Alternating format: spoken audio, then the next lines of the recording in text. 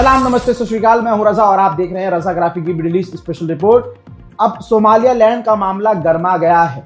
Houthi संगठन ने, Yemen के लड़ाकू संगठन ने पहली बार धमकी दी है। हूथीज के लीडर ने वीडियो जारी करके धमकी दी है कि हम अब जब सोमालियालैंड में इजराइल की सेना मौजूद होगी, सोमालियालैंड में जब इजराइल का बेस होगा, तो अब हमारे निशाने पर सोमालियालैंड होगा।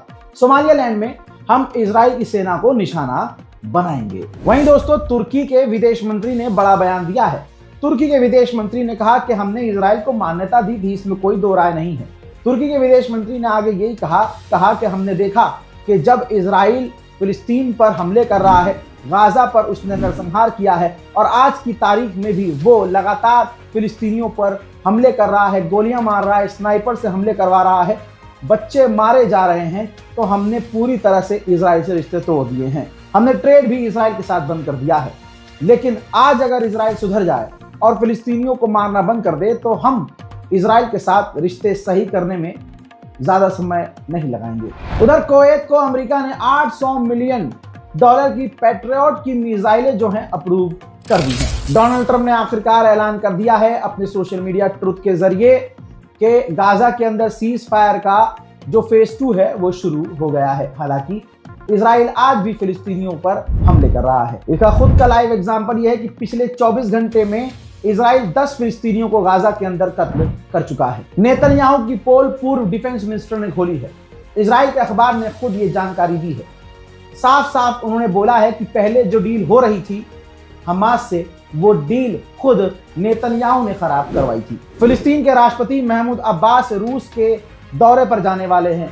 कहा जा रहा है कि व्लादिमीर पुतिन से मुलाकात करेंगे और कई तरह के एग्रीमेंट साइन किए जाएंगे। इजराइल अभी भी गाजा के अंदर जो राफा साइड, जो इजिप्ट वाला रास्ता है, तस्वीर देख लीजिए, वहां पर सैकड़ों ट्रक मदद के खड़े हुए हैं, मदद से लदे हुए, खाना पानी कपड़े लत्ते। लेकिन साफ देखा जा रहा है कि इजराइल उन ट्रकों को गाजा के अंदर जाने नहीं दे रहा है। इजराइल के सैनिक अभी भी वॉर क्राइम करते हुए नजर आ रहे हैं। गाजा के अंदर इजराइल के सैनिक मौज मस्ती के लिए, अपनी गर्लफ्रेंड को खुश करने के लिए फिलिस्तीनी मकानों को, गाजा के मकानों को उड़ाते हुए रिकॉर्ड हुए हैं। हजरात, एक व्यक्ति, एक इजराइल का फौजी गाजा में पहले अपनी गर्लफ्रेंड का नाम लेता है और उसके बाद घरों को उड़ाता है। Fala, amor, te amo muito. Essa aí é pra você, hein? Essa aí nenhum cara vai te fazer, hein? Pedindo casa pra você. Vai lá, moleque. Essa é pra você, meu amor. Ai, te amo. जहां cease fire phase 2 का ऐलान कर दिया है Trump ने, वहीं Israel पूरी ताकत से मार रहा है फिलिस्तीनियों को। हमास के एक और सीनियर लीडर को इजराइल ने गाजा के अंदर कत्ल कर दिया है। हजरात, 4.2 मैग्नीट्यूड का इजराइल के अंदर भूकंप महसूस किया गया, जिसके बाद एक्सपर्ट ने बताया कि इजराइल ने चुपके से कोई बड़े और खतरनाक हथियार का टेस्ट किया था। हजरात, यूएन की एक महिला अधिकारी ने बताया और दिखाया भी है, जो आपके सामने वीडियो है। इस वीडियो में उन्होंने दिखाया है कि 10,000 मदद के ट्रक हमारे एक वेयर हाउस में पड़े हुए हैं, जिन्हें इजराइल गाजा के अंदर जाने नहीं दे रहा है। ये मदद काफी लंबे समय से गाजा में जाने के लिए रुकी हुई है और इजराइल इनको अंदर भेजने के लिए अलाउ नहीं कर रहा है। समझ में ये नहीं आ रहा है कि सीज फायर ये कैसा है और सीज फायर का फेज 2 कैसा है, जबकि रिपोर्ट ये कह रही है कि सीज फायर के बावजूद इजराइल सीज फायर के बाद अब तक 1200 मरतबा सीज फायर तोड़ चुका है और लगातार फिलिस्तीनियों पर हमले कर रहा है। उधर जिसको भूल गए हैं अरब, तस्वीर आपके सामने, फिलिस्तीनियों के मकानों को वेस्ट बैंक में इजराइल लगातार तोड़ रहा है, फिलिस्तीनियों की जमीनों पर कब्जा कर रहा है, रोज फिलिस्तीनियों के घरों पर बिल्डोजर चल रहा है। कहानी रोज की, फिलिस्तीन के वेस्ट बैंक में फिलिस्तीनियों के ऊपर इजराइल के सेटलर लगातार हमला भी कर रहे हैं।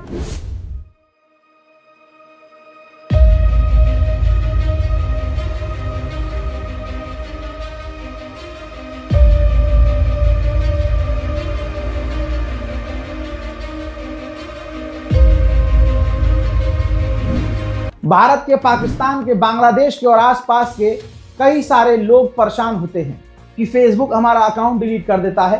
फेसबुक पर जब कोई हम हक बात बोलते हैं, इजराइल के खिलाफ आवाज उठाते हैं, तो हमारा पोस्ट या अकाउंट ही डिलीट हो जाता है। डिलीट क्यों नहीं होगा? फेसबुक के अंदर काम करने वाली सीनियर ऑफिशियल, फेसबुक की सीनियर ऑफिशियल अगर कोई है तो वो खुद इजरायली है।